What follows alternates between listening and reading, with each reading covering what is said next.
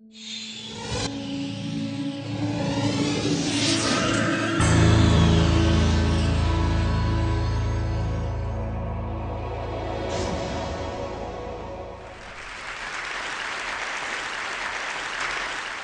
is it about flying cars?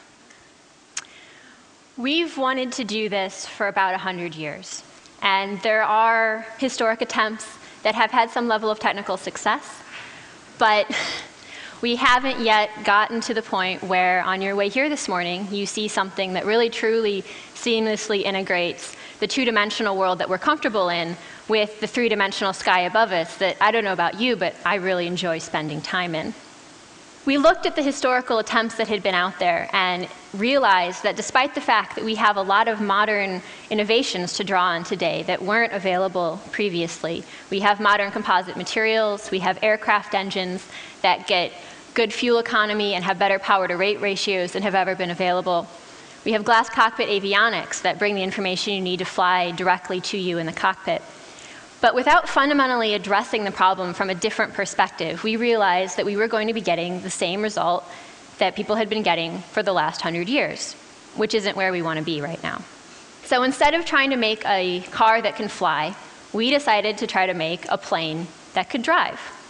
And the result is the Terrafugia Transition. It's a two-seat, single-engine airplane that works just like any other small airplane. You take off and land at a local airport. Then once you're on the ground, you fold up the wings, drive it home, park it in your garage. And it works. After 2 years of an iterative design and construction process, the proof of concept made its public debut in 2008. Now, like with anything that's really different from the status quo, it didn't always go so well testing that aircraft. And we discovered that it's a very good thing that when you go home with something that's been broken, you've actually learned a lot more than when you manage to tick off all of your test objectives the first time through. Still, we very much wanted to see the aircraft that we'd all helped build in the air, off the ground, like it was supposed to be. And on our third high-speed testing deployment, on a bitter cold morning in upstate New York, we got to do that for the first time. The picture behind me was snapped by the co-pilot in our chase aircraft just moments after the wheels got off the ground for the first time. And we were all very flattered to see that image become a symbol of accomplishing something that people had thought was impossible, really the world over. The flight testing that followed that was as basic and low risk as we could make it, but it still accomplished what we needed to take the program to the next step and to gain the credibility that we needed within our eventual market, the general aviation community, and with the regulators that govern the use and design of aircraft, particularly in the States. The FAA about a year ago gave us an exemption for the transition to allow us to have an additional 110 pounds within the light sport aircraft category. Now, that doesn't sound like a lot, but it's very important because being able to deliver the transition as a light sport aircraft makes it simpler for us to certify it, but it also makes it much easier for you to learn how to fly it. A sport pilot can be certificated in as little as 20 hours of flight time. And that 110 pounds, that's very important for solving the other side of the equation, driving. It turns out that driving, with its associated design, implementation, and regulatory hurdles, is actually a harder problem to solve than flying. For those of us that spend most of our lives on the ground, this may be counterintuitive, but driving has potholes, cobblestones, pedestrians, other drivers, and a rather long and detailed list of federal motor vehicle safety standards to contend with. Fortunately, necessity remains the mother of invention, and a lot of the design work that we're the most proud of with the aircraft came out of solving the unique problems of operating it on the ground. Everything from a continuously variable transmission and liquid-based cooling system that allows us to use an aircraft engine in stop-and-go traffic, to a custom-designed gearbox that powers either the propeller when you're flying or the wheels on the ground, to the automated wing-folding mechanism that we'll see in a moment, to crash safety features. We have a carbon fiber safety cage that protects the occupants for less than 10% of the weight of a traditional steel chassis in a car. Now, this also, as good as it is, wasn't quite enough. The regulations for vehicles on the road weren't written with an airplane in mind. So we did need a little bit of support from the National Highway Traffic Safety Administration. You may have seen in the news recently, they came through with us at the end of last month with a few special exemptions that will allow the transition to be sold in the same category as SUVs and light trucks. As a multipurpose passenger vehicle, it is now officially, quote, designed for occasional off-road use. Now let's see it in action.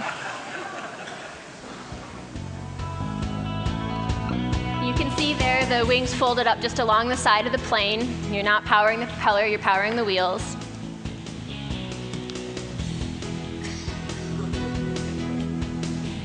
And it is under 7 feet tall, so it will fit in a standard construction garage. And that's the automated wing folding mechanism. That's real time. You just push a few buttons in the cockpit and the wings come out.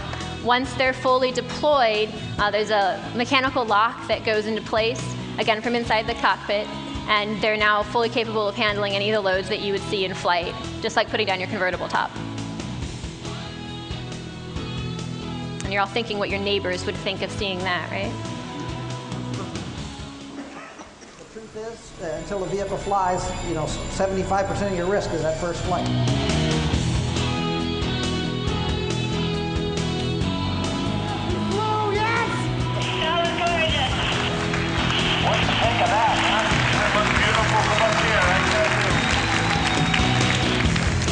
We were all exceedingly excited about that little bunny hop. And our test pilot gave us the best feedback that you can get from a test pilot after a first flight, which was that it was remarkably unremarkable. He would go on to tell us that the transition had been the easiest airplane to land that he'd flown in his entire 30-year career as a test pilot.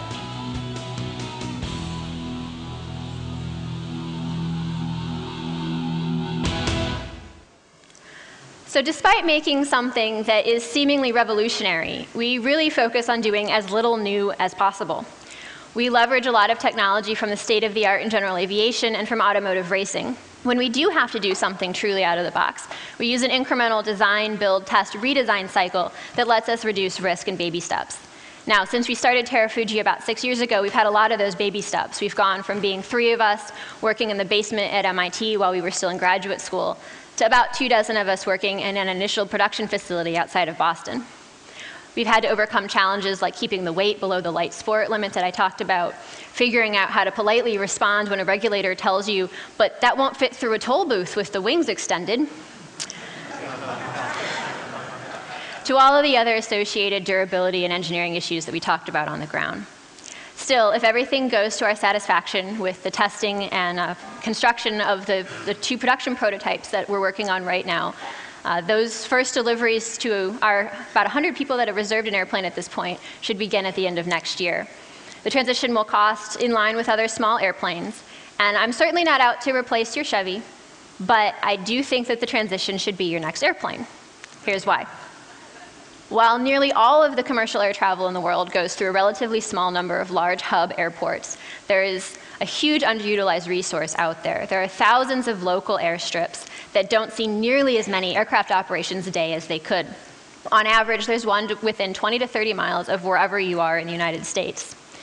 The transition gives you a safer, more convenient, and more fun way of using this resource. For those of you who aren't yet pilots, there's 4 main reasons why those of us who are don't fly as much as we'd like to.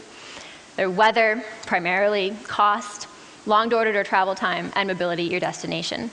Now, bad weather comes in, just land, fold up the wings, drive home. Doesn't matter if it rains a little, you have a windshield wiper.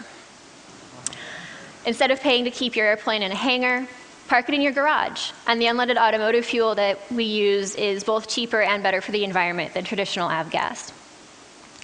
Door-to-door travel time is reduced because now instead of lugging bags, finding a parking space, taking off your shoes, or pulling your airplane out of the hangar, you're now just spending that time getting to where you want to go. And mobility at your destination is clearly solved. Just fold up the wings and keep going. The transition simultaneously expands our horizons while making the world a smaller, more accessible place. It also continues to be a fabulous adventure. I hope that you'll each take a moment to think about how you could use something like this to give yourself more access to your own world and to make your own travel more convenient and more fun. Thank you for giving me the opportunity to share it with you.